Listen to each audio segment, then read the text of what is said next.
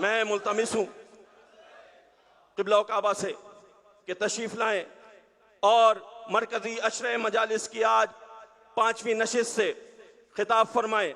جناب علی مفکر اسلام، خطیب عالم، استاذ العلماء آیت اللہ سید عقیل الغروی صاحب، صحت و سلامتی کے لیے بلند تر صلوات۔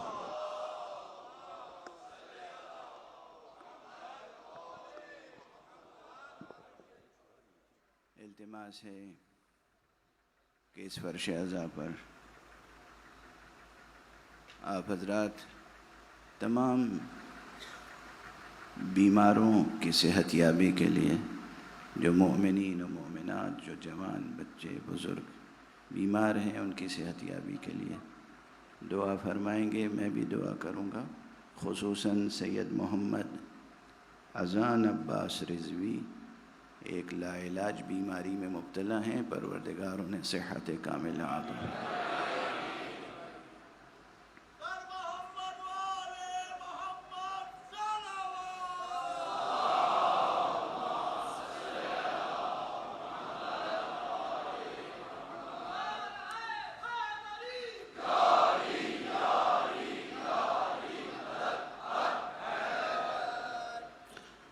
اعوذ باللہ من الشیطان الرجیم، بسم اللہ الرحمن الرحیم، الحمد للہ رب العالمین، والصلاة والسلام علی اشرف الخلائق اجمعین، سیدنا و سید الاولین والآخرین، حبیبنا و حبیب الہ العالمین، امام المرسلین و خاتم النبیین، ابی القاسم المصطفى محمد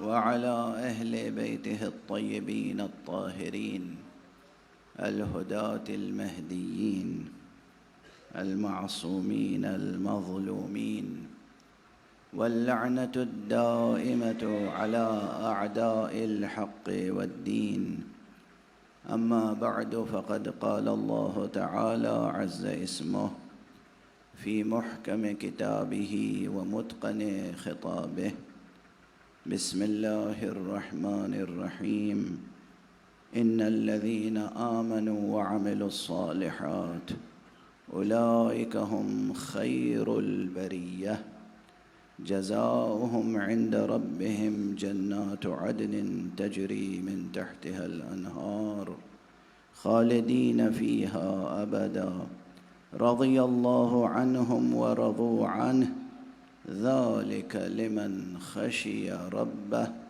صدق الله العلي العظيم۔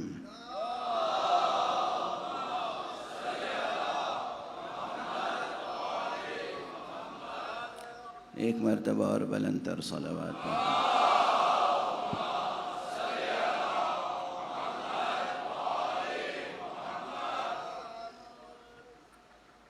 قرآن حکیم کے سورہ مبارک بینہ کی یہ آخری 2 آیتیں مسلسل آپ حضرات کے سامنے تلاوت کر رہا ہوں، اور ابھی آیت کا مکمل ترجمہ بھی نہیں کر سکا ہوں، گویا کہ گفتگو ابھی تمہیدی مراحل میں ہے۔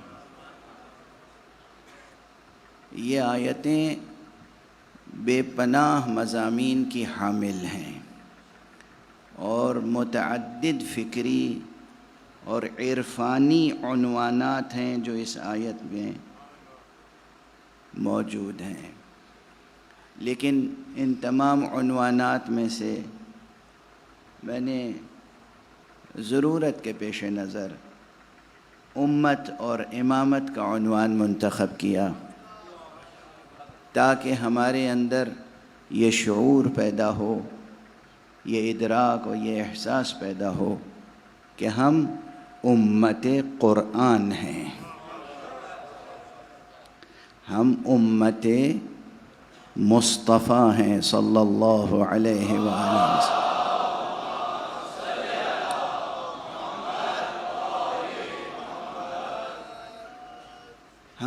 امت اسلام ہیں، اور ہم اس امامت کے قائل ہیں جس امامت میں کہیں کسی سہو و نسیان کی بھی گنجائش نہیں ہے، خطا کی گنجائش نہیں ہے۔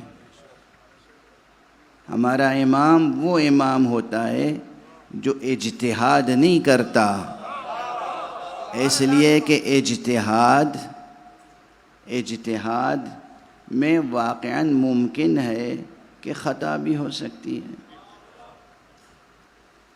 لیکن جب ہم امام معصوم کا انتخاب کرتے ہیں تو پھر معصوم کہ ہاں امکان خطا نہیں ہے۔ اور بہت فرق ہے ایک عام مجتہد میں اور ایک امام معصوم منصوص من اللہ میں۔ ایک عام مجتہد کا سفر علمی، سفر حیات جہل سے شروع ہوتا ہے، امام معصوم کا سفر حیات ہی علم سے شروع ہوتا ہے۔ عام انسان کا سفر حیات جہل سے شروع ہوتا ہے، طلب علم کے سہارے آگے بڑھتا ہے۔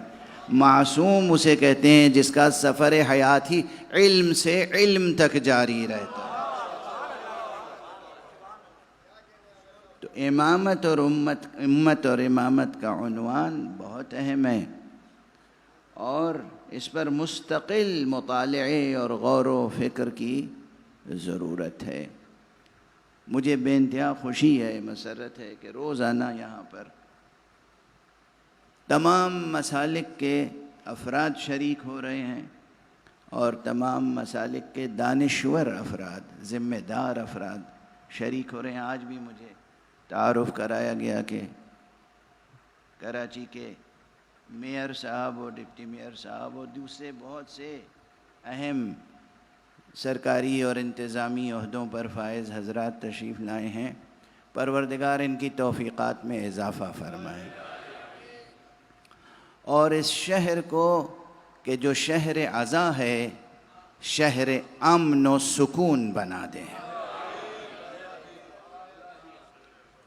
پروردگار ان عزاداروں کے خالص آنسوؤں کا واسطہ ہے کہ اس شہر کو ایک پرامن، پرسکون اور ترقی یافتہ شہر بنا دیں۔ امت کے تعلق سے گفتگو ہو رہی تھی، میں نے ابھی عرض کیا کہ ہم امت قرآن ہیں، اور یہ جملہ کیوں میں عرض کرتا ہوں کہ ہم امت قرآن ہیں؟ یہ لقب معلوم ہے کس نے دیا ہے آپ کو؟ ابھی آنسوؤں پر ضبط کیجئے گا، آنسو ابھی آنکھوں پہ ضبط کے پہرے بٹھائے رکھیے گا۔ روز عاشورہ جب آقا حسین نے اپنے اصحاب کو خطاب کیا تھا، اپنے مخلص اصحاب، جانثار اصحاب، تو کہا تھا یا امت القرآن، اے امت قرآن، یعنی یہ حبیب، زہیر، حر، یہ جو اصحاب باوفا، اصحاب باصفا تھے، یہ جو 72 نفوس تھے، انہیں خطاب کر کے کہا یا امت القرآن۔ اور جب اپنے مقابل میں آنے والی فوج سے خطاب کیا ہے تو فرمایا یا امت السوء۔ اب میں ترجمہ اور تفصیل اپنے انداز سے آج پیش نہیں کروں گا۔ امت السوء کے لیے سوء کا لفظ اردو میں بھی استعمال ہوتا ہے، جیسے کسی سے سوء ظن رکھنا غلط ہے، سوء اختیار یعنی غلط اختیار، سوء ظن یعنی خراب خیال کسی کے بارے میں رکھنا۔ لیکن اس کے علاوہ جب امام کسی کو کہے یا امت السوء تو اس میں بس اتنی بات نہیں ہے، اس میں اور بہت سی باتیں ہیں۔ تو اس پر ابھی غور نہ کریں، یہ غور کریں کہ ہمیں اور آپ کو امت قرآن کا لقب دیا گیا ہے۔ مجھے معلوم ہوا کہ کل بھی شہر میں مسلمانوں نے قرآن مجید کی جو بے حرمتی ہو رہی ہے سویڈن میں، اس کے خلاف احتجاج کیا، آج بھی احتجاج کر رہے ہیں۔ ہمارا تو وجود ہی سراپا احتجاج ہے۔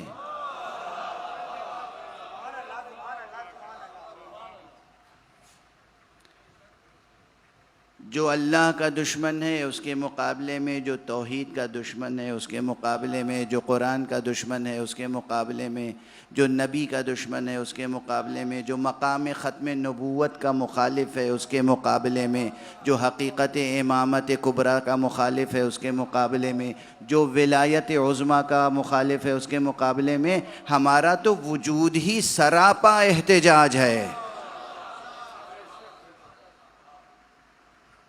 بہترین احتجاج یہ ہے کہ جس چیز سے دشمن ہراساں ہے، خوف زدہ ہے، اور جس چیز کو دشمن دنیا کے سامنے اس طرح پیش کرنا چاہتا ہے کہ جیسے یہ چیز نعوذ باللہ غلط نظریات، غلط افکار اور غلط تعلیمات کا مجموعہ ہے، اس پر آپ عمل کر کے دکھائیں اور دنیا کو بتائیں کہ دیکھو اس پر عمل کرنے سے قومیں کیسے سرفراز ہوتی ہیں،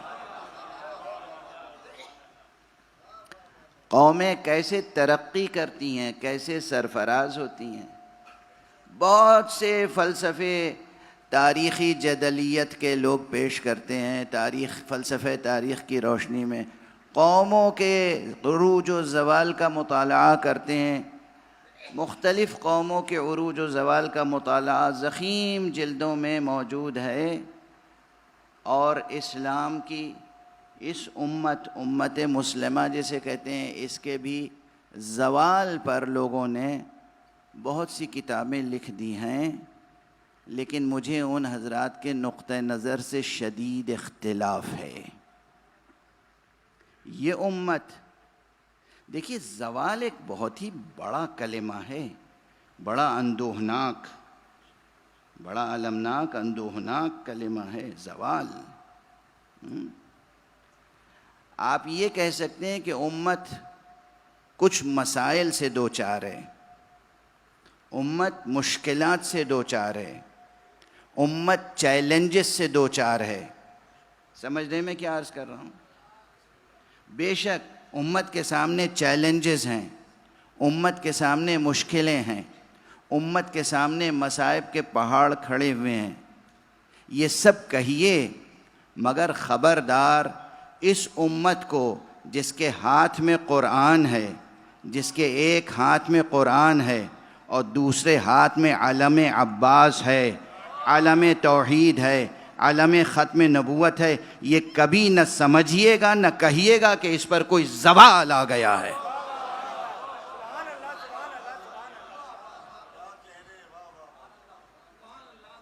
بہت سے لوگ اختلاف کریں گے مجھ سے، مگر میں ایک بات کہوں، کربلا کا مطالعہ کرنے والے اپنے سامنے یہ رکھیں کہ جس طرح سرکار سید الشہداء کی جنگ اور قربانی نے دنیا میں شکست اور فتح کے مفہوم کو بدل کے رکھ دیا ہے، اسی طرح ہماری زندگیوں نے عروج و زوال کے مفہوم کو بدل کے رکھ دیا ہے۔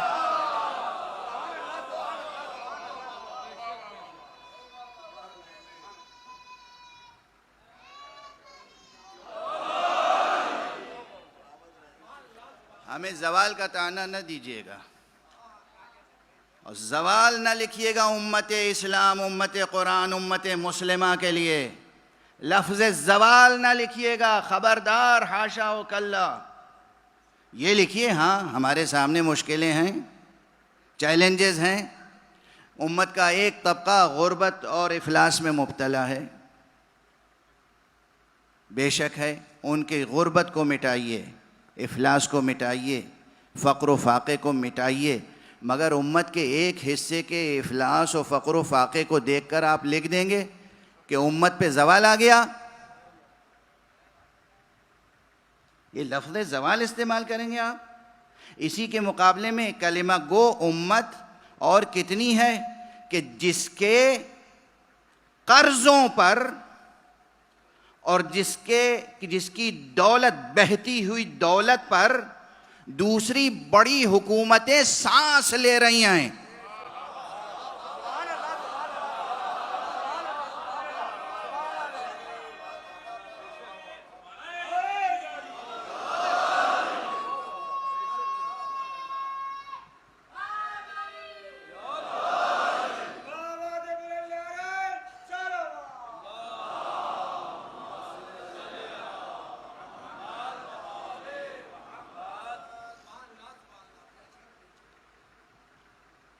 سعودی عرب کو آپ کیا امت اسلام میں شامل نہیں سمجھتے؟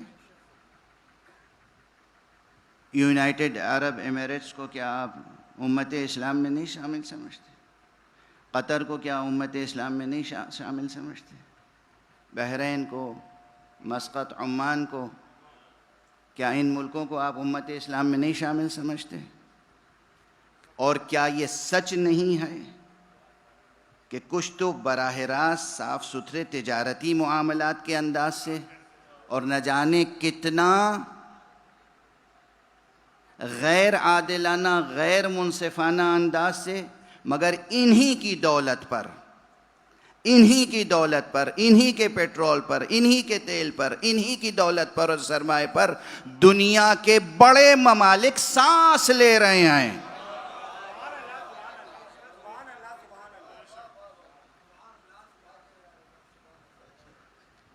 ہماری روٹی پر پل کے ہمیں فقر کا طعنہ دیتے ہو.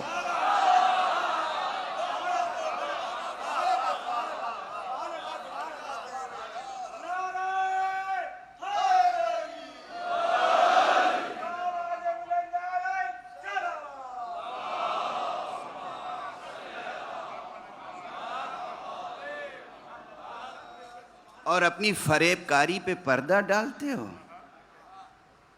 یہ ایک ذہنی جنگ ہے، یہ ایک تہذیبی جنگ ہے. ایسے عناوین قائم کر دو کہ اس امت کے افراد میں احساس کمتری پیدا ہو جائے. ہم تو کچھ ہیں ہی نہیں، ہماری تو کوئی حیثیت ہی نہیں ہے. کوئی چور، کوئی ڈکیت آ کے آپ کی پوری دولت لے جائے اور اس کے بعد آپ کو طعنہ دے کہ تم تو غریب ہو، تم تو فقیر ہو، تمہاری تو کوئی حیثیت نہیں ہے. اور ہمارے یہاں اس منطق کو جو قبول کرے وہ کہے کہ ملت پہ زوال آ گیا ہے، ورنہ یہ امت محمد ہے، امت خاتم النبیین ہے، امت قرآن ہے. نہ اس پر زوال آیا ہے، نہ آئے گا قیامت تک. معنی شکست و فتح جس طرح بدلے ہیں اسی طرح معنی عروج و زوال کو بدلیں. یہ خوف کیوں ہے؟ آپ قرآن کیوں جلا رہے ہیں؟ اس لیے کہ قرآن کی امت پہ زوال آ گیا ہے. اگر کسی امت پہ زوال آ گیا ہے تو اس کے رموز کی حیثیت بھی کیا رہ جاتی ہے؟ پھر اس سے خوف کس بات کا؟ اس سے کس بات کا ڈر، کس بات کا خوف؟ قرآن مجید کو اس لیے مورد طعن و انتقاد بنایا جا رہا ہے، اس لیے اس کی بے حرمتی کی جا رہی ہے کہ انہیں معلوم ہے قرآن کی عظمت کتنی ہے، قرآن کے افکار میں قوموں کو زندہ کرنے کی صلاحیت کتنی ہے. قرآن مجید کو تسلیم کرنے والی امت مشکل سے مشکل وقت کو اس طرح گزار دیتی ہے کہ جیسے بچے میدان جنگ میں کھیلتے ہوئے دشمنوں سے کبھی ہارتے ہیں کبھی جیتتے ہیں، مگر حقیقتاً انہیں شکست نہیں ہوتی، فتح پر فتح حاصل کرتے چلے جاتے ہیں.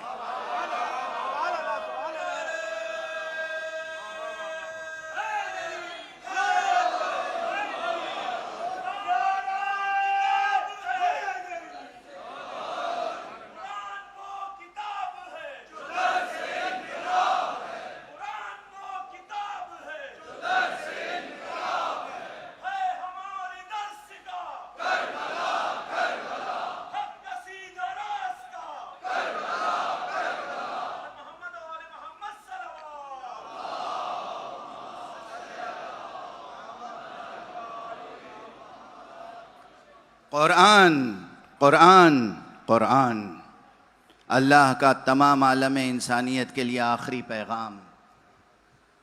جو دل سے قرآن کو لگا لے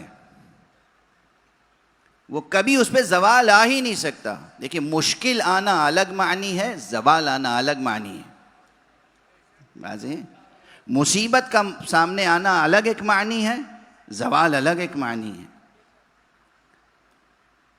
آزمائش اور ابتلا میں مبتلا ہونا الگ ایک حقیقت ہے اور زوال الگ ایک حقیقت ہے. جو آزمائش میں کامیاب نہ ہو پائے زوال اس پر آتا ہے. جو مشکلوں کو سر نہ کر پائے، حل نہ کر پائے، زوال اس پر آتا ہے.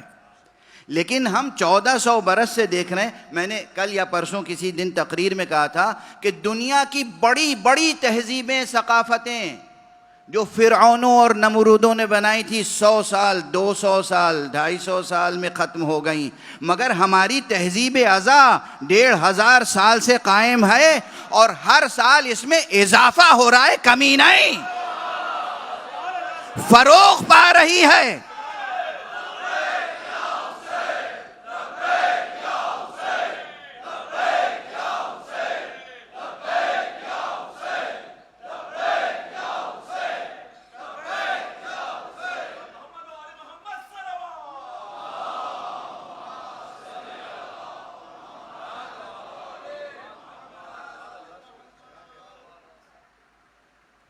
چھوٹی ذہنیت کے افراد ہمارے درمیان بھی پیدا ہو جاتے ہیں اور بہت سی چیزوں پہ تنقید کرتے ہیں. بہت سے لوگ تو مجلسوں میں جو تبرک تقسیم ہوتا ہے اس پہ بھی تنقید کرتے ہیں اور درس ہمیں دیتے ہیں کہ بھئی تبرک اتنا کیوں بانٹتے ہیں آپ، یہی پیسہ بچوں کی تعلیم پر خرچ کر دیجئے، یہی پیسہ بیواؤں کی سرپرستی پہ خرچ کر دیجئے.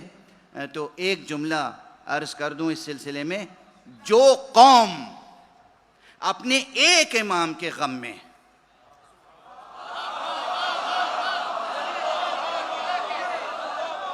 اپنی غربت کے باوجود، مشکلوں کے باوجود، آزمائشوں کے باوجود اربوں اربوں اربوں روپے صرف نام مولا پہ تبرک میں تقسیم کر دے، یہ زوال کی علامت ہے.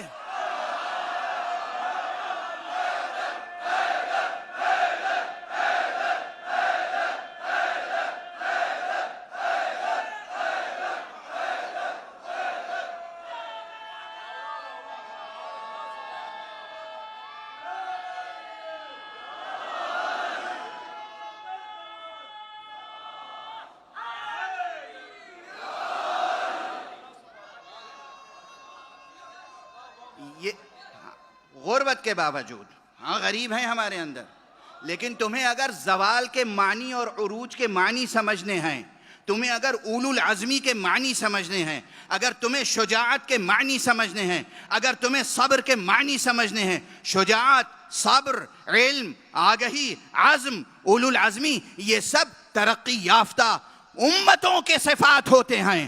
اور اگر ان تمام صفات کو دیکھنے ہوں تو ہماری کسی بوڑھی غریب عورت کے پاس جاؤ جس کے پاس کوئی سرمایہ نہ ہو اور حسین کے نام پر کچھ مانگ کے دیکھ لو.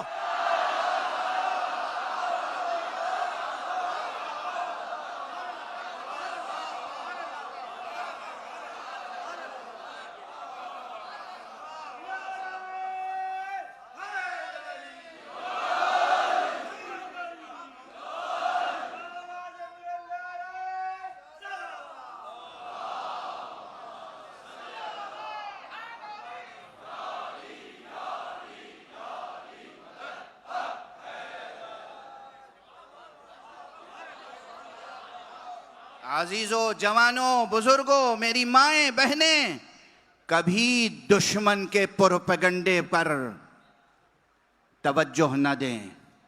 سنیں، تجزیہ کریں، تحلیل کریں، اس کے اندر سے باطل کو نمایاں کریں اور مٹا دیں.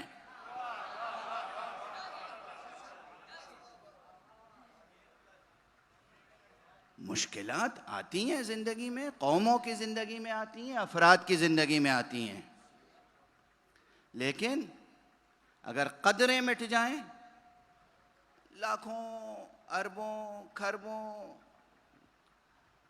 خزانے جن کے پاس ہیں، ذرا دیکھیے تو کہ وہ ایک وقت کی بھوک برداشت نہیں کر پاتے، ایک تھوڑی دیر کی پیاس برداشت نہیں کر پاتے، ذرا سی پریشانی زندگی میں نہیں برداشت کر پاتے. انہیں ہر طرح کی عشرت، ہر طرح کا عیش، ہر طرح کا آرام، ہر طرح کی لذت درکار ہے. وہ ان عارضی چیزوں سے محروم ہو کر جی نہیں سکتے. یہ تھوڑی عروج کے معنی ہیں. حقیقی زندگی اور قوت حیات کے معنی یہ ہیں کہ جتنی بھی مشکلیں ہوں، لذتیں نصیب نہیں ہیں نہ ہو، عیش نصیب نہیں ہے نہ ہو، عشرت کے ساز و سامان نہیں ہے نہ ہو، مگر تم ہم سے ہماری قدریں نہیں چھین سکتے.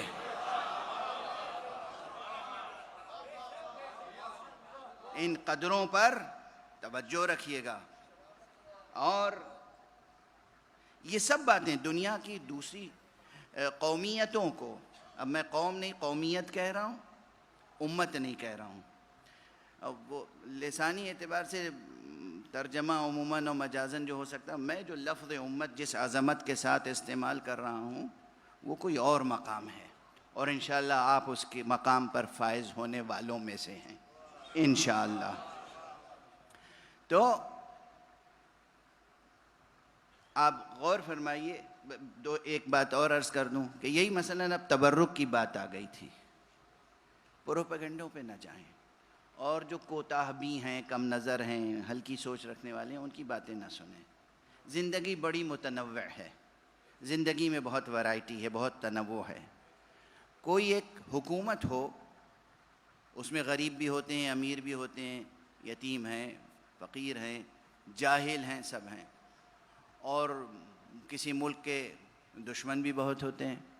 تو ہر ملک میں وزارت صحت بھی ہے، وزارت بہبود بھی ہے، وزارت تعلیم بھی ہے، وزارت دفاع بھی ہے، مختلف وزارتیں. آپ کسی سے یہ کہہ سکتے ہیں کہ وزارت بہبود کا پورا بجٹ ختم کر دو اور بس وزارت تعلیم کو دے دو؟ ہوتا ہے ایسا؟ کم بیش تو کیا جا سکتا ہے، لیکن بالکل یہ نہیں ہوتا کہ یہ بجٹ ختم، سب بجٹ ایک وزارت کو دے دیا جائے. یہ نہیں ہوتا نا، ہو نہیں سکتا، معقول بات نہیں ہے. اقتصاد اس کو نہیں کہتے، کنٹری کی اکنامی اس طرح تنظیم نہیں پاتی ہے. ویسے یہ جملہ بھی کہہ دوں جوانان عزیز، اکنامکس بہت توجہ سے پڑھیے. ملک اور قوم کھوکھلی تقریروں سے نہیں ترقی کرتے، مضبوط اکنامی سے ترقی کرتے ہیں. ٹھیک ہے نا؟ یہ جملہ یاد رہ جائے گا. ہاں، لیکن اب جو عرض کر رہا ہوں کہ ہمارے یہاں بھی مختلف فنڈز ہیں. عزاداری کا فنڈ اپنی جگہ ہے، یتیموں کا فنڈ اپنی جگہ ہے، بیواؤں کا اپنی جگہ ہے، تعلیم کا اپنی جگہ ہے. بغیر حقیقتوں کو گہرائی تک سمجھے ہوئے آپ مصلح بننے کی کوشش کریں گے تو مصلح نہیں کہلائیں گے، مفسد ہو جائیں گے. ایک صلوات پڑھ دیجئے محمد و آل محمد.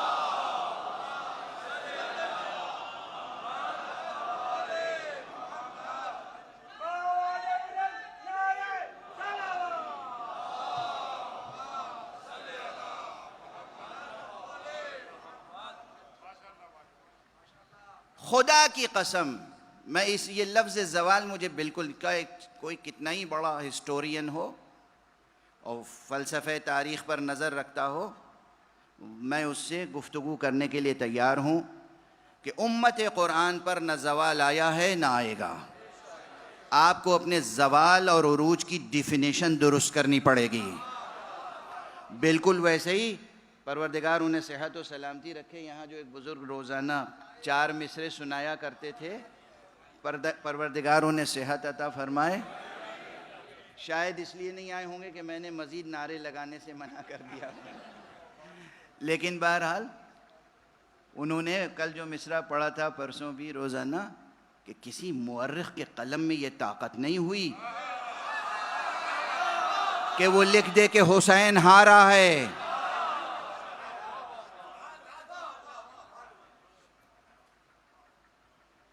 کیوں نہیں ہوئی؟ اس لیے کہ آقا حسین نے شکست و فتح کے معنی بدل دیے.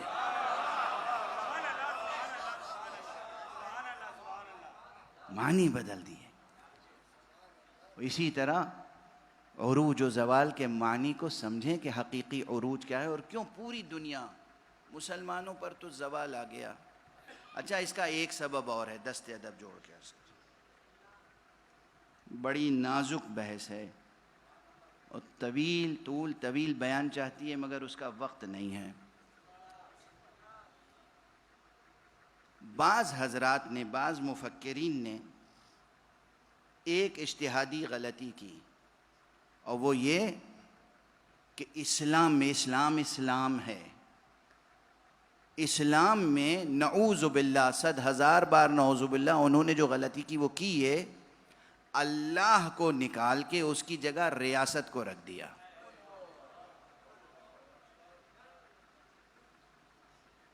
ریاست، حکومت ظاہری، یہ دنیاوی حکومت، یہ ریاست. یہ بس بڑا دردناک اور المناک پہلو ہے، بہت المناک پہلو ہے، اور سوچنے کی ضرورت ہے کہ اللہ کو ہٹا دیا اور وہاں ریاست، اور قرآن کو ہٹا دیا اور اپنے ہاتھ سے بنائے ہوئے دستور کو اس سے بھی بلندتر بنا دیا.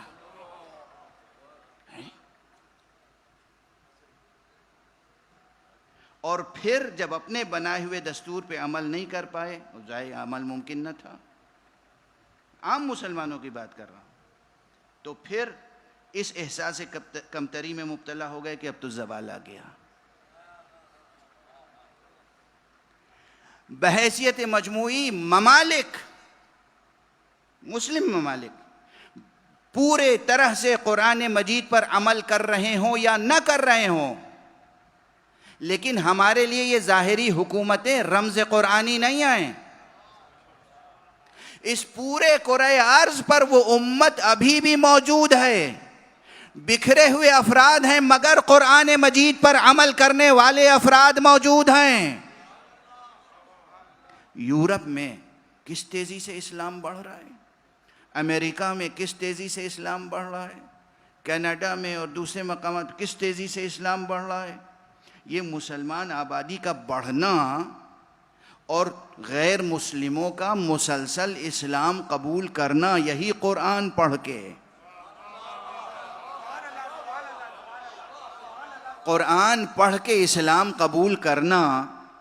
کتنی مثالیں ہیں موجود حقیقی کہ اسی وقت دنیا میں ایک شخص تھا، یہ میں مثال دے رہا ہوں، بہت سے اشخاص ہیں، کتنے ہیں جنہوں نے ابتدا اور آغاز ان کی زندگی کا ہوا اسلام سے نفرت سے، نفرت کرتے تھے، قرآن سے نفرت کرتے تھے، وحشت کرتے تھے، اور اس کے بعد ایک وقت وہ آیا کہ ان کو کسی نے کہا بھئی تم جس چیز کی مخالفت کر رہے ہو اسے پڑھا بھی ہے،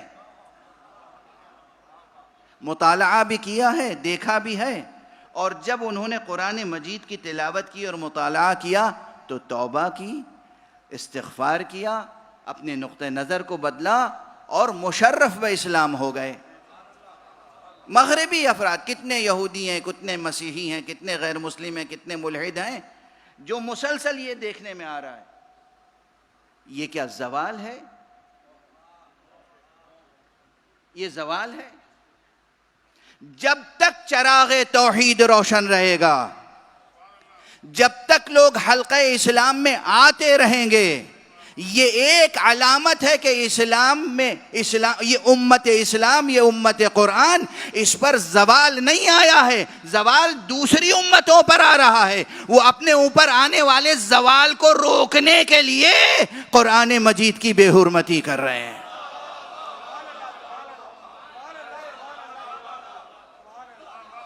اسلام پر زوال نہیں آیا ہے، نہ آیا ہے نہ آئے گا. نہ امت اسلام پر زوال آیا ہے، نہ امت قرآن پر زوال آیا ہے، نہ آئے گا. میں مثالیں یاد آ رہی ہیں اس وقت، اس لیے عرض کر دوں.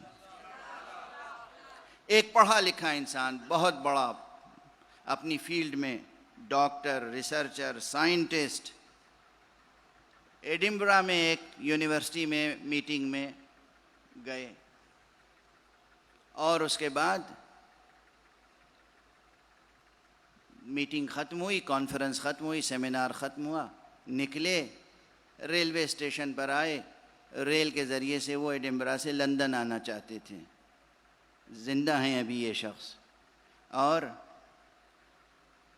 پڑھنے لکھنے والوں کی ایک عادت ہوتی ہے، بغیر کتاب کے سانس نہیں لے پاتے، تو وہ یاد رہے گا نا یہ جملہ بچوں کو؟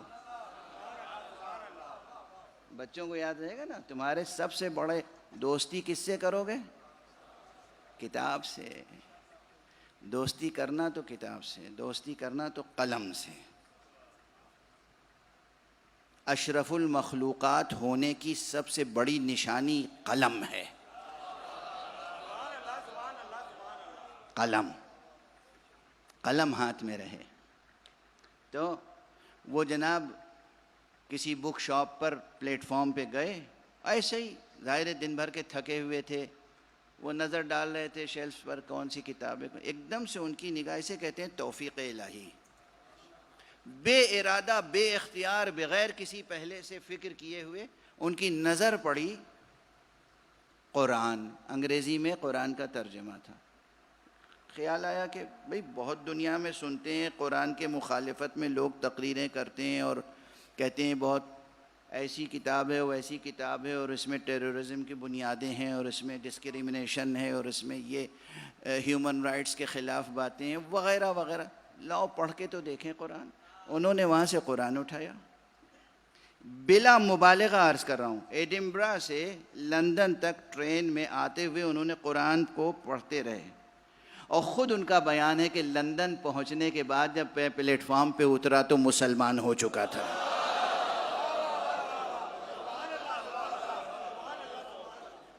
ابھی وہ موجود ہیں، اور انہوں نے مسلمان ہونے کے بعد اپنا نام بھی کیا رکھا؟ علی حیدر۔ ایک صلوات پڑھ دیجئے محمد۔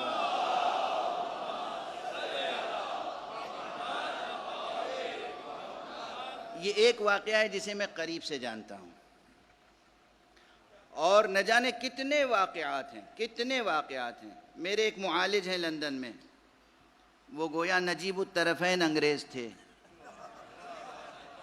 یعنی ماں کی طرف سے پورا خاندان برٹش، باپ کی طرف سے پورا خاندان پیور برٹش، بے نمک کے سفید خاندان سے تھے، ملاحت کی کمی تھی، اور مزاحاً کہہ رہا ہوں، تنزن نہیں، جب بوجھل مضمون ہوتا ہے تو کبھی کبھی ایسے الفاظ یوں ہی استعمال کر لیے جاتے ہیں۔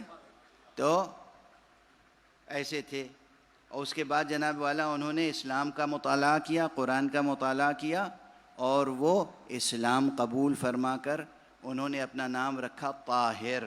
اور اس فقیر کو جب بھی کوئی تکلیف ہوتی ہے تو وہ گھر پہ تشریف لے آتے ہیں میری عیادت کے لیے اور علاج معالجے کے لیے، ڈاکٹر ہیں، فزیشین ہیں۔ تو یہ تو میں قریب سے ان حضرات کو جانتا ہوں کہ جو اسلام میں داخل ہوئے، اور یاد رکھنا عزیزان گرامی، قرآن پڑھ کے داخل ہوئے، قرآن پڑھ کے اسلام میں داخل ہوئے۔ یہ ہے خوف جو قرآن مجید کو کے ساتھ بے حرمتیاں کی جا رہی ہیں۔ قرآن بہت عظیم ہے، قرآن بہت عزیز ہے، قرآن بہت کریم ہے، قرآن مجید ہے، قرآن ذکر ہے، شرف ہے اپنے اہل کے لیے۔ اور قرآن مجید بھی، یہ میرا بہت پرانا جملہ ہے، قرآن مجید سانس لیتا ہوا زندہ معجزہ ہے۔ قرآن مجید کو نعوذ باللہ بے جان کتاب یا بے جان عبارتوں کا مجموعہ نہ سمجھیے گا۔ قرآن مجید ایک زندہ کتاب ہے، اور ایسی زندہ کتاب ہے کہ جو اسے سینے سے لگا لے اس کو بھی زندگی بخش دیتی ہے۔ ایک صلوات پڑھ دیجئے محمد و آلہ۔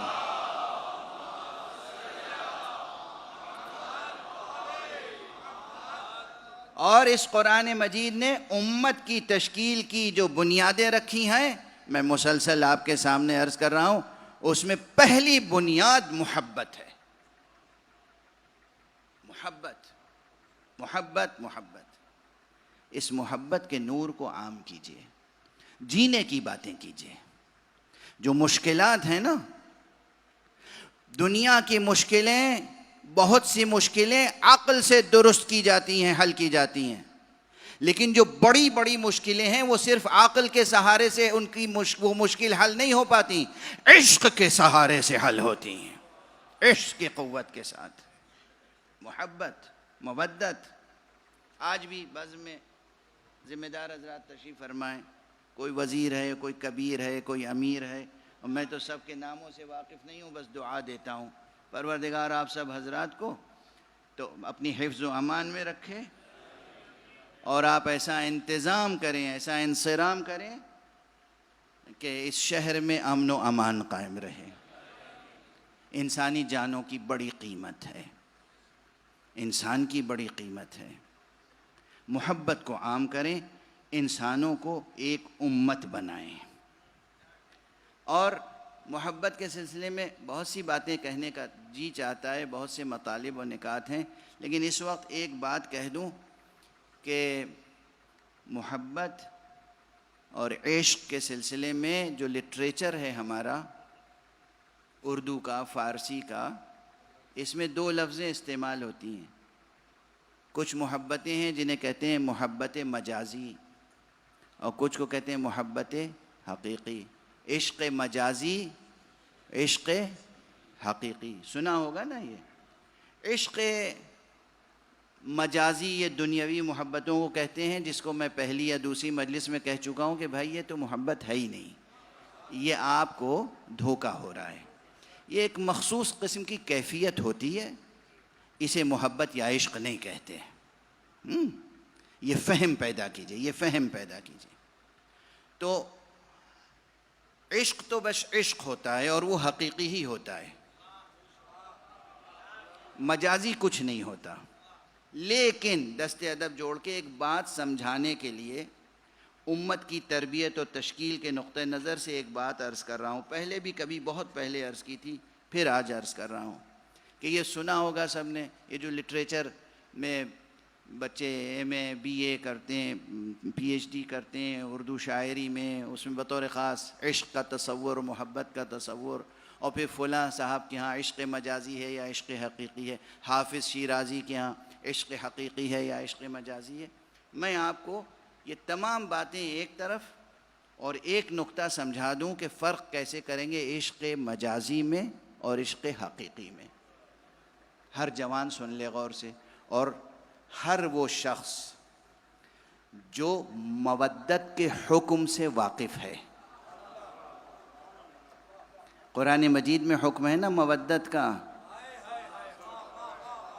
قُلْ لَا أَسْأَلُكُمْ عَلَيْهِ أَجْرًا إِلَّا الْمَوَدَّةَ فِي الْقُرْبَى۔ یہ آیت تو ہمارے جوانوں کو، بچوں کو یاد ہوگی، ہے نا؟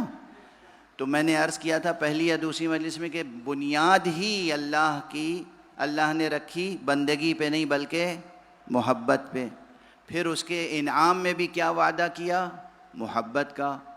تم اگر اللہ سے محبت کرتے ہو تو رسول کی پیروی کرو، اللہ بھی تم سے محبت کرے گا۔ اور اس کے بعد رسول نے رسالت کا اجر بھی کیا مانگا؟ محبت، یعنی سلسلہ ہی محبت کا ہے، محبت کے علاوہ کوئی چیز درمیان میں نہیں آ رہی ہے۔ تو اب اس محبت کو، اس کے مفہوم کو، اس کے مصداق کو اچھی طرح سمجھنے کی ضرورت ہے تاکہ کہیں غفلت نہ ہو جائے۔ عشق مجازی جسے آپ حضرات کہتے ہیں، اس میں ایک چیز یہ ہوتی ہے کہ حقیقتاً انسان پوری دنیا سے کٹ کے رہ جاتا ہے، اور پوری دنیا سے گویا کہ ایک طرح کی بے تعلقی ہوتی ہے، اور بس ایک ذات سے تعلق قائم ہوتا ہے، اور پھر انسان یہ چاہتا ہے کہ جسے میں چاہتا ہوں، جملہ یاد رکھیے گا، جسے میں چاہتا ہوں یا اللہ اسے کوئی اور نہ چاہے۔ طلب تو یہی ہوتی ہے نا، جسے یہ کیا ہے؟ عشق مجازی واضح ہے، جسے میں چاہتا ہوں میرے علاوہ کسی کو اس سے محبت نہ ہو جائے، ہے یا نہیں؟ گلیوں میں سڑکوں پر لڑائی جھگڑے ہوتے رہتے ہیں، کس لیے لڑائی جھگڑے ہوتے ہیں؟ کہ میں جس سے محبت کرتا ہوں میرے علاوہ کوئی اور اس سے محبت نہ کرے. یہ ہے عشق مجازی. اور عشق حقیقی کیا ہے؟ یا اللہ جو میرا معشوق ہے خدا کرے ساری کائنات کا وہی معشوق.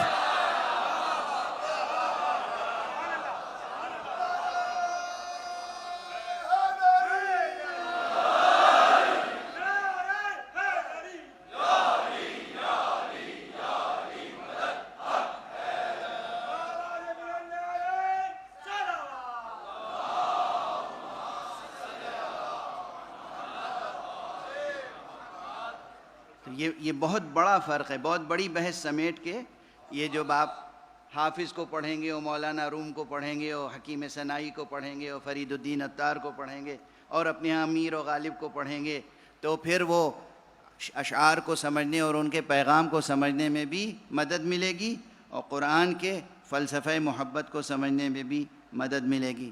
کہ عشق مجازی یا محبت مجازی کیا ہے؟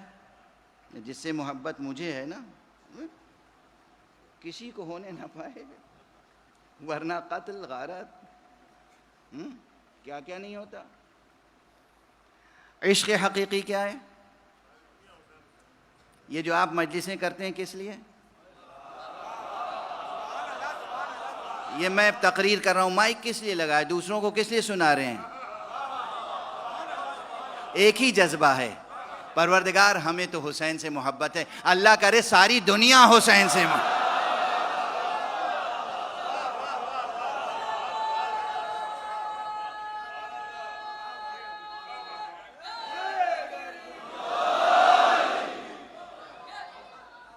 یا اللہ اللہم صلی اللہ علیہ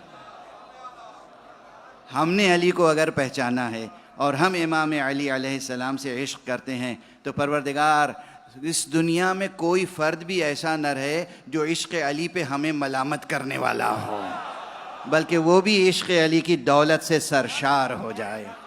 اے پروردگار ہم جس خدا سے عشق کرتے ہیں، ہم نے جس کو سجدہ کیا ہے، خدا کرے ساری کائنات اسی خدا کو سجدہ کرے. یہ جذبہ، یہ ہے عشق حقیقی. یاد رہے گا یہ سبق؟ یہ بچے جو ابھی عشق و محبت کے صرف لفظ سنتے ہیں، معنی تو سمجھتے نہیں، لیکن انہیں بھی شاید یہ جملہ یاد رہ جائے. ویسے بچوں اس جملے سے تم ہراساں نہ ہونا، دل چھوٹا نہ ہو. بڑے بڑے دنیا میں ایسے ہیں جو محبت کے معنی سمجھتے نہیں ہیں، صرف لفظ زبان سے ادا کرتے ہیں. صرف زبان سے لفظ ادا کرتے ہیں، محبت کے معنی سمجھتے نہیں ہیں. یہ نہیں جانتے کہ محبت ایک نور ہے. محبت جسمانی ایک کشمکش کا نام نہیں ہے، ایک تشنج کا نام نہیں ہے، بلکہ محبت ایک نور ہے جو انسان کے قلب کو، اس کے ذہن کو، اس کے وجود حقیقی کو ایسی وسعت عطا کرتا ہے. وہ نور ایسی وسعت عطا کرتا ہے کہ اس میں پوری کائنات سمٹ آتی ہے. اب میں محبت کرنے والوں کی ایک مثال اور عرض کر دوں. کل تو عرض کر چکا ہوں، 2 مثالیں عرض کی تھیں اتحاد بین المسلمین کے تعلق سے. میں نے کل آپ کو امام نسائی کی حضرت علی سے محبت کا تذکرہ سنا تھا. شہید ہو گئے آقا کی محبت میں. امام احمد ابن حنبل کا واقعہ سنایا، اگرچہ پورا نہیں سنا سکا تھا، ان کے اور اقوال رہ گئے تھے. آج ایک اور ملت اسلام کے رموز میں سے ایک رمز. دیکھیے بہت سی چیزیں پڑھی نہیں جاتی ممبروں سے، پتہ نہیں کس خوف سے، پتہ نہیں کس خوف سے، پتہ نہیں کس نے ہماری عقلوں کو نظر بد لگا دی. نہ ملت اسلام کو بتایا جاتا ہے. تفرقوں سے اوپر اٹھیں. میں دست ابدت جوڑ کے اخلاص کے ساتھ کہہ رہا ہوں، اور کل جو جملہ کہا تھا اسے بھی دہرا رہا ہوں کہ اتحاد سے ہوگا یہ حاصل. آپ دیکھیے گا کہ اندھیرا مٹتا ہے، روشنی کبھی نہیں مٹتی۔ منبر غدیر کے آگے ہوا میں جو ریت کی دیوار کھڑی کی گئی ہے وہ بالآخر گر کے رہے گی۔ آپ یہ دیکھیں، ایک بڑا نام ہے نا اس وقت دنیا بھر میں، مسلمانوں میں سب سے زیادہ، عام مسلمانوں میں سب سے زیادہ تقلید کس کی ہوتی ہے؟ حضرت امام ابو حنیفہ کی رحمۃ اللہ علیہ۔ ہوتی ہے نہیں ہوتی؟ زیادہ تر بھی امام ابو حنیفہ بھی تھے، امام مالک بھی تھے، امام شافعی بھی تھے، اور امام احمد ابن حنبل بھی تھے۔ ائمہ تو اور بھی ہوئے ہیں عام مسلمانوں میں، لیکن یہ چند بڑے رموز ہیں، بڑے نام ہیں۔ امام ابو حنیفہ کون تھے؟ وقت گزر چکا ہے، بس 2-3 فقرے عرض کروں گا، اس کے بعد معال مجلس کی طرف۔ میں نے کل کیا کہا تھا؟ حقیقی علماء یا عموماً ایک تہذیب یہ پیدا کریں، علماء کے خلاف زبان استعمال کریں تو سلیقے سے، کوئی بھی ہو۔ ایک یہودی عالم ہو، یعنی بے ساختہ یاد آ گیا ایک واقعہ، مدینے میں حضور علیہ الصلاۃ والسلام تشریف فرما تھے۔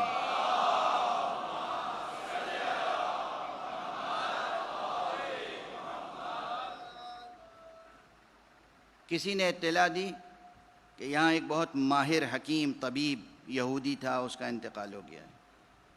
جب لوگ اس کے جنازے کو لے کے چلے تو وہ روایت میں بہرحال اسی طرح لکھا ہوا ہے جہاں میں نے دیکھا، حضور نے بہرحال اس کا احترام کیا۔ تو صحابہ نے کہا کہ یا رسول اللہ یہ تو یہودی ہے۔ کہاں یہودی تو ہے، لیکن تم نے کہا نہیں تھا کہ ماہر طبیب ہے؟ طبیب ہے، عالم ہے اپنے میدان میں۔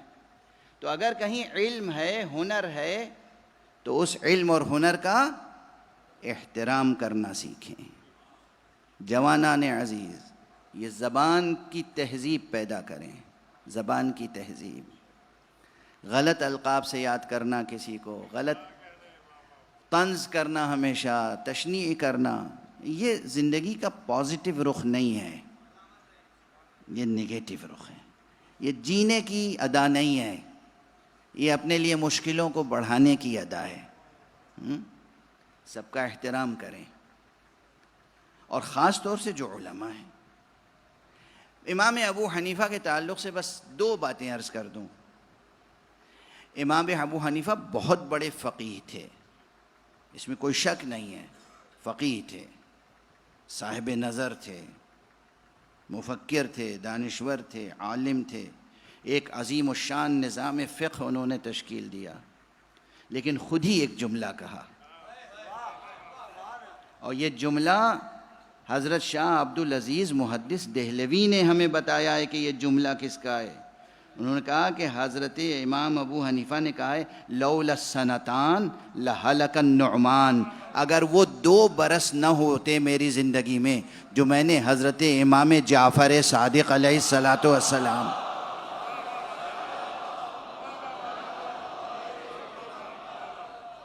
کی بارگاہ میں گزارے اور ان سے کسب فیض کیا تو میں ہلاک ہو جاتا۔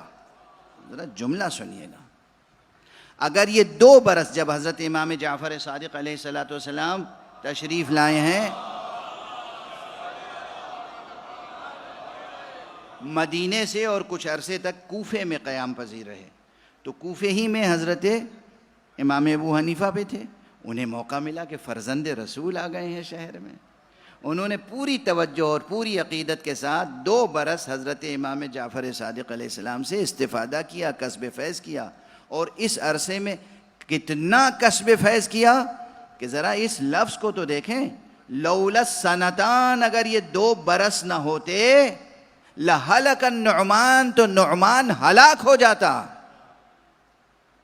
تاریخ میں دیکھیے آل رسول ہیں، یہ اہل بیت ہیں، یہ وہی ہیں جن کے لیے امام احمد ابن حنبل میں کہا کہ علی ابن ابی طالب اس اہل بیت سے ہیں کہ لا یقاس بہم احد، جن سے کسی کا قیاس نہیں کیا جا سکتا۔ حضرت علی کو بھی جب کوئی یاد کرتا تھا تو کہتا تھا اگر یہ نہ ہوتے تو میں ہلاک ہو جاتا۔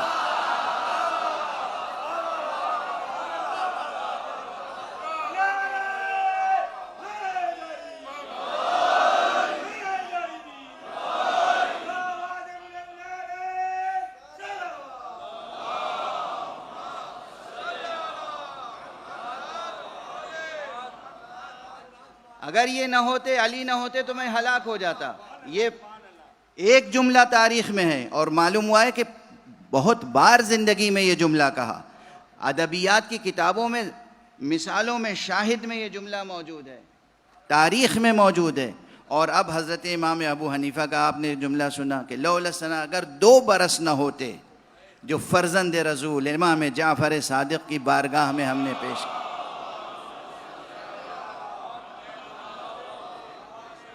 تو ہم ہلاک ہو جاتے. آپ یہ بتائیے کہ کسی سے یہاں کتنے ہوں گے، مجھے ذاتی تجربہ بھی ہے کہ، اور اساتذہ کو اکثر تجربہ ہوتا ہے، اور یونیورسٹیز میں جو آج کل دوڑ ہے پروفیسر بننے کی، اس میں بڑی المناک باتیں ہو جاتی ہیں بعض وقت.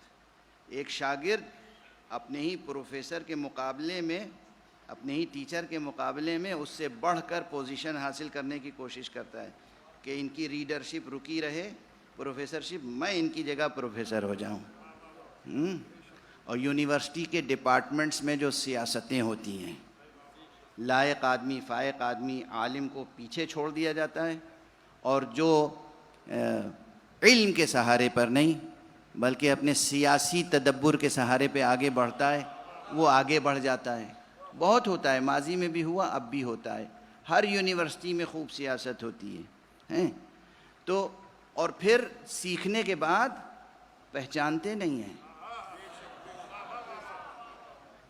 عربی کا ایک مشہور ضرب المثل شعر ہے کہ وَقَدْ عَلَّمْتُهُ عِلْمَ الْقَوَافِي فَلَمَّا قَالَ قَافِيَةً هَجَانِي. ارے میں نے ہی تو اسے شاعری کا شعور عطا کیا اور یہ بتایا کہ ردیف کسے کہتے ہیں، قافیہ کسے کہتے ہیں، وزن کسے کہتے ہیں، اور اسے دیکھو تو صحیح، پہلا ہی قافیہ جو باندھا وہ میری حجو میں تھا.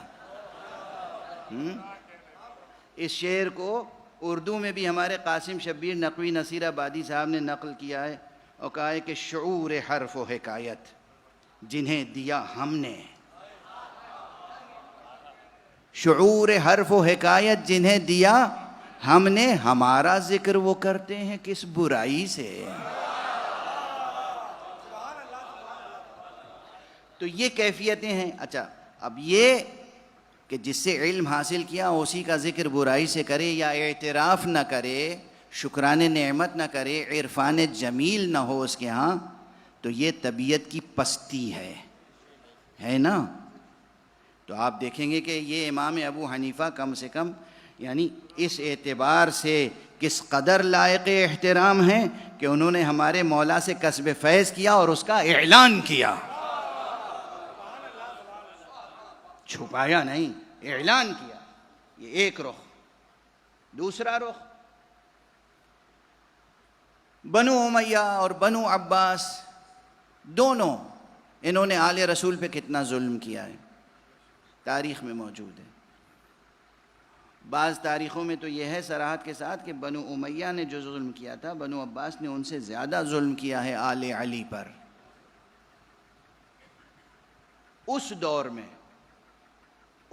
میں حضرت زید ابن علی، زید شہید، یہاں اس مجمع میں بہت سے زیدی سادات بھی ہوں گے، اور حضرت زید کے نام پر پوری ایک فقہ بھی ہے، مذہب زیدی بھی ہے، جس کے اکثر افراد یمن میں ہیں، جو شیعوں کی ایک قسم سمجھی جاتی ہے، لیکن وہ شیعہ اثنا عشری سے بہرحال الگ ہیں. حضرت زید شہید یعنی امام حسین کے پوتے، حضرت امام زین العابدین سید سجاد کے بیٹے، شہید کیوں ہوئے آپ سب جانتے ہیں، تاریخ میں تفصیل پڑھ لیجئے گا، اب وقت نہیں ہے. کہ جناب زید شہید بھی قیام کیا تھا، انہوں نے انقلاب کے لیے اٹھے تھے اور مقابلہ طاغوت وقت سے کیا تھا. جب جناب زید شہید اٹھے ہیں تو امام ابو حنیفہ نے اپنی طرف سے ان کی حمایت کا اعلان کیا، ان کی تائید کا اعلان کیا، اور اپنے پاس ان کے لیے فتویٰ دیا. جب لوگ پوچھنے آتے تھے کہ زید ابن علی کے بارے میں کیا خیال ہے، کہا ان کے ساتھ جاؤ، کھڑے ہو جاؤ، ظالم حکومتوں کے مقابلے میں زید کے پیچھے رہو، زید کے لشکر میں شریک ہو جاؤ. اور خود کسی مجبوری کے بنا پر شریک نہیں ہو سکے تو اپنی طرف سے خاصا مال بھیجا کہ فرزند رسول اسے میری طرف سے قبول کر لیجئے، اگر ممکن ہوتا تو میں خود بھی آپ کے لشکر میں سپاہی کے طور پہ شریک ہوتا۔ آپ بتائیں اس سے بڑا شیعہ کون ہو سکتا ہے؟ شیعیت اور کس چیز کا نام ہے؟ آل رسول کی محبت میں اگر فداکاری شیعیت نہیں ہے تو پھر شیعیت کس کا نام ہے؟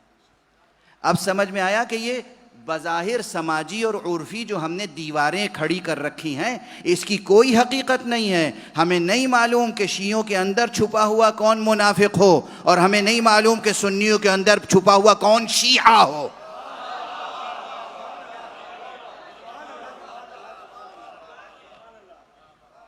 غور فرمائیں۔ اس لیے مزاج بدل دیں، ذہن میں فرقہ وارانہ مزاج کو مٹا دیں، ختم کر دیں فرقہ وارانہ مزاج۔ کوئی تفرقہ نہیں ہے۔ بس آخری جملہ کہہ دوں، اور یہ جملہ بھی یہیں مدینۃ العلم میں غالباً کبھی گلشن اقبال میں میں عرض کر چکا ہوں 10 برس پہلے، 12 برس پہلے، کہ یہ جو تفرقوں کی ایک گونج ہے، 72 فرقے ہیں، 73 فرقے ہیں، اور گنیے گا تو شاید 100 سے بھی زیادہ فرقے ہیں۔ حالت یہ بنا رکھی ہے کہ ہر فرد ایک فرقہ ہے۔ وہاں اللہ جناب ابراہیم کو کہتا ہے کہ وہ تنہا ایک امت ہے، ہمارے ہاں ماشاءاللہ ہر شخص ایک فرقہ ہے۔ ایک امت ہونا شرف کی بات ہے، ایک فرقہ ہونا شرف کی بات نہیں ہے۔ تو بہرحال لوگ جو بھی کہتے ہوں، جتنی بھی تعداد گناتے ہوں، میں یہ سمجھتا ہوں کہ بس 2 قسم کے مسلمان ہیں۔ ایک سیاسی مسلمان ہیں، ایک الہی مسلمان ہیں۔ اور جنہیں میں الہی مسلمان کہتا ہوں حقیقتاً وہ ہیں جو محمدی مسلمان ہیں، علوی مسلمان ہیں، حسینی مسلمان ہیں۔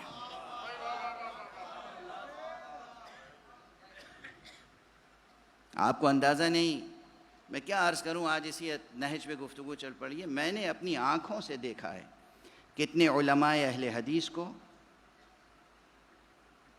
کتنے علماء سلفی علماء کو، کتنے حنفی علماء کو، مالکی علماء کو، شافعی علماء کو، حنبلی علماء کو اپنی آنکھوں سے دیکھا ہے میں نے، اور لکھی ہوئی تحریریں موجود ہیں جہاں انہوں نے آقا حسین کے غم میں اشک باری کی ہے، آنکھوں سے آنسو بہتے ہوئے میں نے دیکھا ہے۔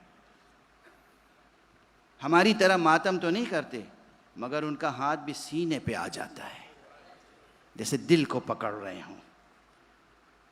ان کی داڑھیاں آنسوؤں سے بھیگ جاتی ہیں، تر ہو جاتی ہیں جب آقا حسین کا تذکرہ ہوتا ہے، اور بے اختیار وہ حسین علیہ السلام کے قاتل پہ لعن کرتے ہیں۔ میں نے دیکھا ہے۔ صرف عرفاً سماجی طور پر کوئی کسی خاص مسلک سے جڑا ہوا شہرت رکھتا ہو تو آپ اس کو ایک ڈیفرنٹ نگاہ سے دیکھیں، ایسا نہ کیجیے۔ آج کرۂ ارض پر جتنے مسلمان ہیں 90%، 95%، 99% وہ ہیں جو اہل بیت سے محبت کرتے ہیں، جو اہل بیت کا احترام کرتے ہیں۔ جس کی جتنی معرفت ہے وہ اس لحاظ سے کرتا ہے۔ میں یہ نہیں کہہ رہا ہوں سب برابر ہیں، سب برابر کا فلسفہ تو میرے یہاں ہے ہی نہیں۔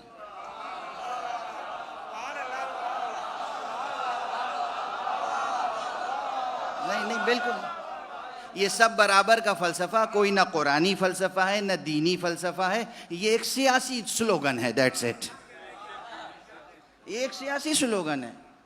حقیقت یہ ہے کہ ہر جگہ مراتب ہیں، ہر جگہ توحید کو ماننے والوں میں مراتب ہیں، ہر دل میں اور ہر ذہن میں خدا کا ایک خاص تصور ہے۔ کوئی 2 انسان ایسے نہیں ملیں گے جن کا تصور یکساں ہو۔ اسی طرح سرکار رسالت مآب سے محبت کے سلسلے میں مراتب ہیں، اسی طرح اہل بیت کے سلسلے میں مراتب ہیں۔ جس کی جتنی معرفت ہے وہ اتنی محبت کرتا ہے، اور اسی لحاظ سے وہ ہمارے احترام اور ہماری محبت کا مستحق ہے۔ اور کل میں عرض کر چکا ہوں اور واشگاف لفظوں میں کہوں گا کہ ریڈ لائن ہماری یہی ہے کہ اگر تم محمد اور آل محمد کے وفادار ہو تو ہم تمہارے ہیں، لیکن ناسبیت کے ساتھ ہم کبھی ہاتھ نہیں ملا سکتے۔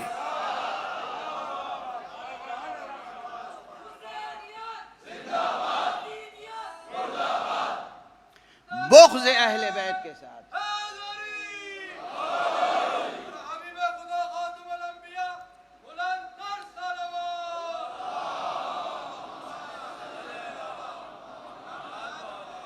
بغض اہل بیت کے ساتھ، اہل بیت کے رتبے کو زیادہ سے زیادہ گھٹانے کی کوشش کرنے والوں کے ساتھ، ان کے ساتھ ہم صلح و آشتی سے نہیں بیٹھتے. لیکن جن لوگوں کے دلوں میں محبت اہل بیت ہے وہ سب ایک امت ہے، امت مودت، امت قرآن. انشاءاللہ وقت تمام ہو گیا، وقت تمام ہو گیا. پیغمبر اور اہل بیت پیغمبر کے تعلق سے آپ دیکھیے، میں نے اللہ بے ساختہ ایک واقعہ یاد آ گیا مجھے، اپنی زندگی کا اجازت دیجیے کہ ذکر کروں. 2002 کا واقعہ ہے. 2002 میں نے پہلا عشرہ محرم لندن میں پڑھا تھا، اور 14 محرم کو میں کربلا زیارت کے لیے جا رہا تھا. لندن ایئرپورٹ پہ کھڑا ہوا تھا اور پورا قافلہ تھا، اور وہ بورڈنگ پاس لینے کے لیے سب صف بستہ کھڑے تھے. میں بھی مومنین کے ساتھ صف میں کھڑا تھا. میں نے دیکھا کہ دوسری طرف کچھ لوگ اور ہیں. ایک شخص ہے جو بار بار میری طرف آتا ہے اور واپس چلا جاتا ہے. میں نے پھر غور کیا تو جیسے لگا کہ وہ مجھ سے گفتگو کرنا چاہتا ہے. کیونکہ میں سفر بھی کرتا ہوں تو سر پہ عمامہ ہوتا ہے، اور یہ پہچان ہے، رمز ہے کہ ہم کس سے تعلق رکھتے ہیں. میں نے اپنی زندگی میں کبھی اتنا سا بھی تقیہ نہیں کیا ہے.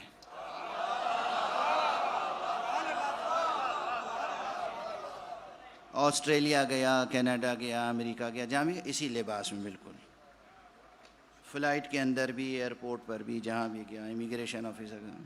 جو ہم ہیں ہمیں اس حیثیت سے قبول کرو گے تو آئیں گے، ورنہ ہمیں تمہاری کوئی ضرورت نہیں.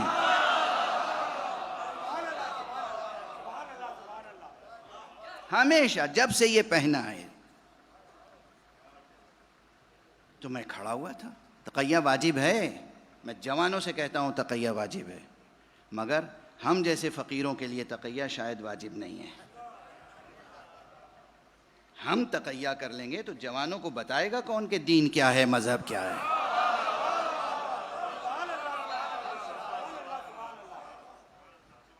اب بات تقیہ کی آ گئی ہے تو کل عرض کروں گا کہ تقیہ کا مفہوم کیا ہے. اور تمام علماء اسلام نہ صرف تقیہ کے قائل ہیں بلکہ تقیہ کرتے ہیں خود. کل یا پرسوں کسی دن عرض کروں گا کہ تقیہ کس طرح کرتے ہیں. لیکن بہرحال میں کھڑا ہوا تھا. بس اب آپ حضرات کی طبیعتیں منقلب ہو جائیں گی. وہ شخص آ رہا تھا، ہلکی سی داڑھی چہرے پر اور جدید انگریزی لباس. جب قریب آیا تو میں نے کہا السلام علیکم. خوش ہو گیا. میں نے ابتدا میں سلام کیا. عموماً کیا ہوتا ہے، لوگوں کی کیا کیفیت ہوتی ہے، انتظار کرتے ہیں کہ وہ دوسرے سلام کریں ہمیں. میں کیوں سلام کروں؟ دوسروں کو سلام کرنا چاہیے. میرے سر پہ عمامہ ہے، میں بزرگ ہوں، میں یہ ہوں، میں وہ ہوں، تو دوسروں کو سلام کرنا چاہیے، مجھے سلام نہیں کرنا چاہیے. یہ باطل فکر ہے، یہ طبیعت کی پستی ہے، یہ بے خلقی ہے، یہ جوان مردی نہیں ہے. حضور نے فرمایا افشوا السلام، سلام عام کرو. اور جب میں نے محسوس بھی کر لیا کہ وہ شاید مجھ سے مخاطب ہونا چاہتا ہے، مخاطب ہونا چاہتا ہے مجھ سے، تو میں نے کہا السلام علیکم برادر. لپٹ گیا آ کر، کہا کہ آپ کہاں جا رہے ہیں؟ اس نے انگریزی میں گفتگو کی. میں نے کہا میں عراق جا رہا ہوں. عراق؟ کربلا جائیں گے؟ میں نے کہا کربلا جا رہا ہوں. کہا برادر آپ کون ہیں؟ میں نے کہا میں شیعہ ہوں. کہا میں سنی ہوں. میں نے کہا تو کیا ہوا؟ کہا میں بھی کربلا جا رہا ہوں. میں نے کہا اچھا، بہت اچھی بات ہے. بہت سے اہل سنت کربلا جاتے ہیں، پوری دنیا سے جاتے ہیں. کہا مجھے ایک بات بتائیں گے آپ؟ میں نے کہا کہ میں ٹی وی پر ڈیفرنٹ چینلز کو براؤز کر رہا تھا. اس میں ایک چینل پر انگریزی میں کوئی تقریر کر رہا تھا اور اس تقریر نے مجھے منقلب کر دیا. اس تقریر کے ایک حصے نے میری طبیعت میں انقلاب پیدا کر دیا اور بس اسی وجہ سے میں جا رہا ہوں کربلا. میں نے کہا کس بات نے آپ کو منقلب کر دیا؟ کہا میں نے اس میں یہ سنا، مقرر یہ بتا رہا تھا کہ کربلا میں ایک جوان تھا، وہ رسول اللہ کی شبیہ تھا.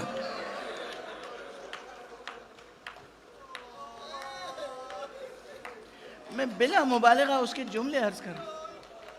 وہ رسول اللہ کی شبیہ تھا اور وہ اتنا پیاسا تھا کہ میدان جنگ میں لڑتے لڑتے واپس آیا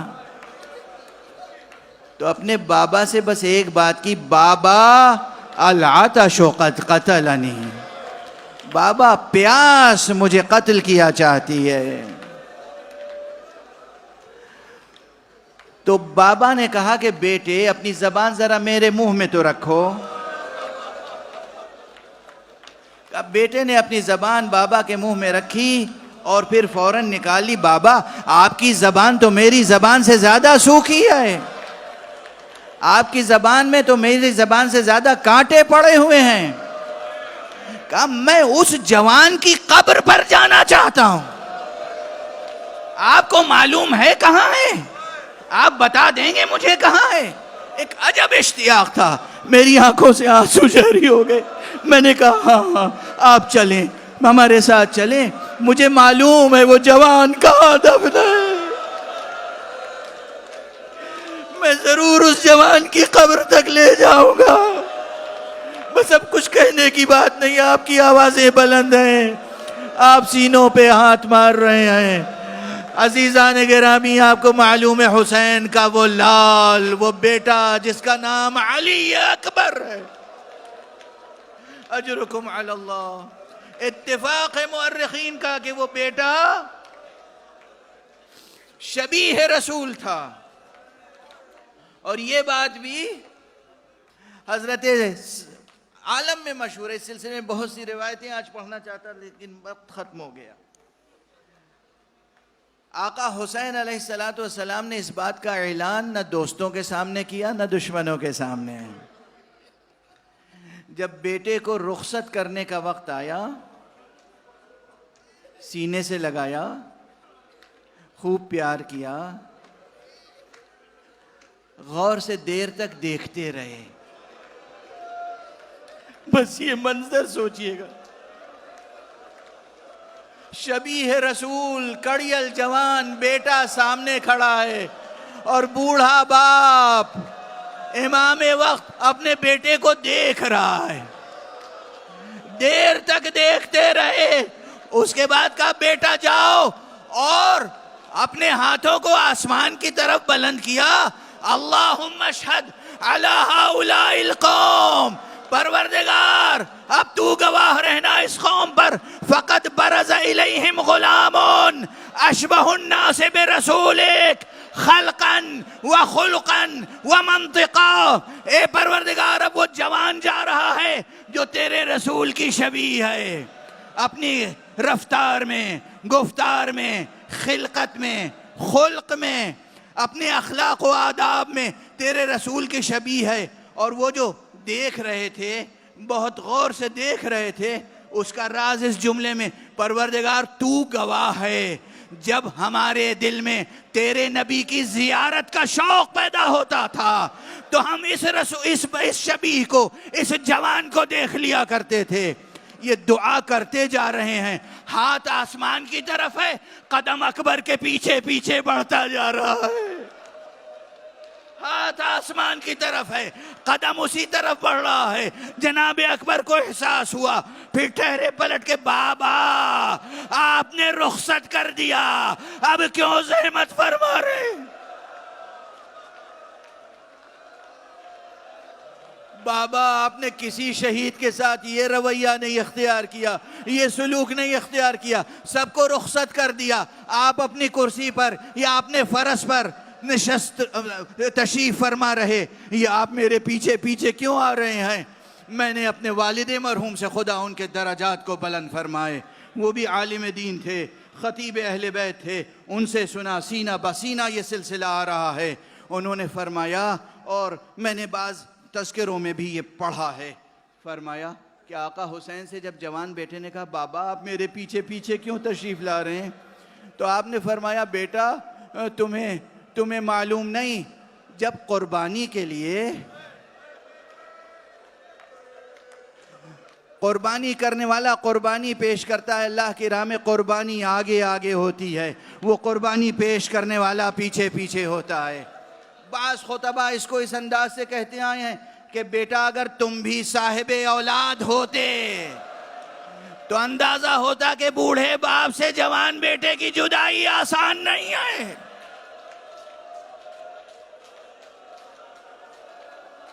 اکبر گئے، بے پناہ جنگ کی، مگر ایک مرتبہ آواز دی، یا ابتا علیک منی السلام، بابا آپ پر میری طرف سے آخری سلام۔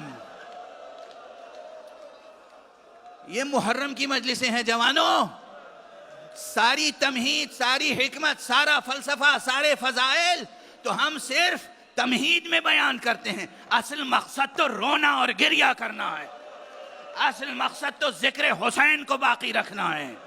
اس ذکر میں جو حکمتیں ہیں، اس ذکر میں جو قوت ہے، اس لیے آج مصائب کچھ اور عرض کرنے دیجئے۔ بیٹے کی آواز سنی، مورخین نے لکھا ہے کس طرح آقا حسین تیزی کے ساتھ میدان کی طرف بڑھیں،